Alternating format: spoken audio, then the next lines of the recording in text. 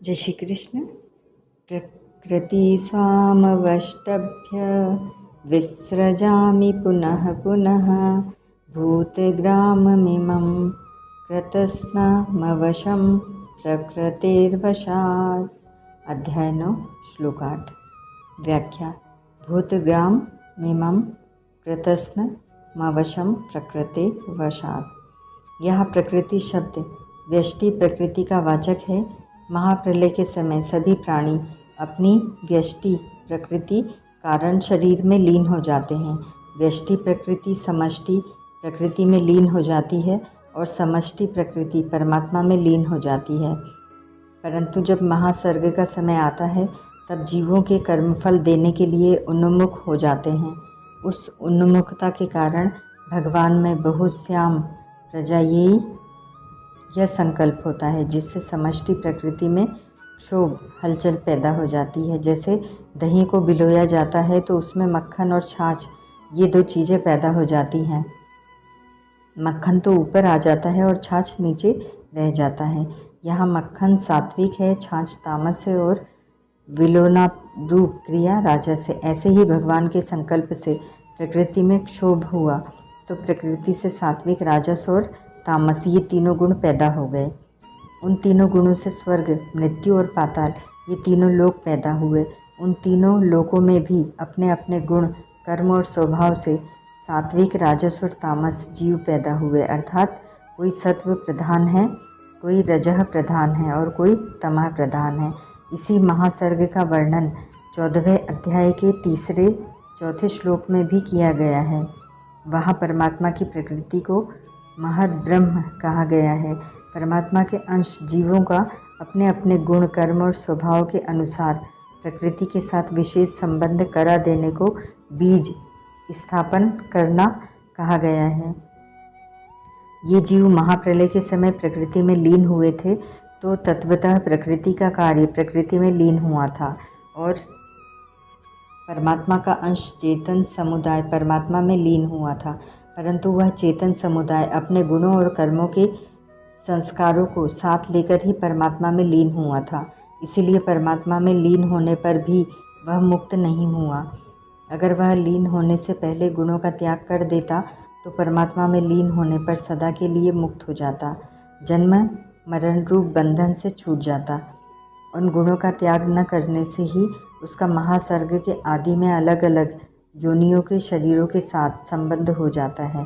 अर्थात अलग अलग योनियों में जन्म हो जाता है।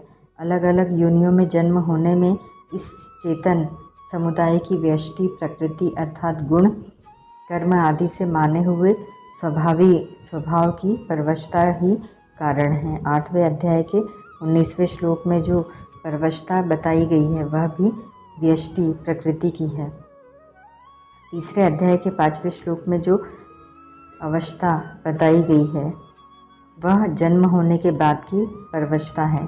यह परवशता तीनों लोकों में है। इसी परवशता का 14वें अध्याय के 5वें श्लोक में गुणों की परवशता के रूप में वर्णन हुआ है। प्रकृतिम स्वाम वष्टभ्य। प्रकृति परमात्मा की एक अनिवर्चनीय, अलौकिक, विलक्षण शक्ति है। इसको परमात्मा से भिन्न भी नहीं कह सकते और अभिन्न भी नहीं कह सकते। ऐसी अपनी प्रकृति को स्वीकार करके परमात्मा महासर्ग के आदि में प्रकृति के परवश हुए जीवों की रचना करते हैं। परमात्मा प्रकृति को लेकर ही सृष्टि की रचना करते हैं, प्रकृति के बिना नहीं। कारण कि सृष्टि में जो परिवर्तन होता है, उत्पत्ति विनाश होता है, वह सब प्रकृति में ही होता है, भगवान में नहीं। अतः भगवान क्रियाशील प्रकृति को लेकर ही सृष्टि की रचना करते हैं। इसमें भगवान की कोई असमर्थता, पराधीनता, अभाव, कमजोरी आदि नहीं है।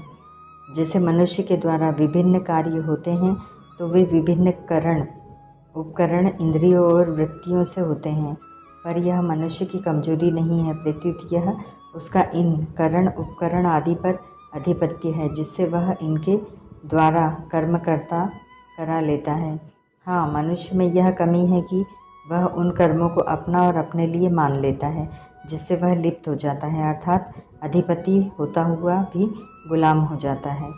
ऐसे ही भगवान सृष्टि की रचना करते हैं तो उनका प्रकृति पर अधिपत्य ही सिद्ध होता है, पर अधिपत्य होने पर भी भगवान में लिप्तता आदि नहीं होती।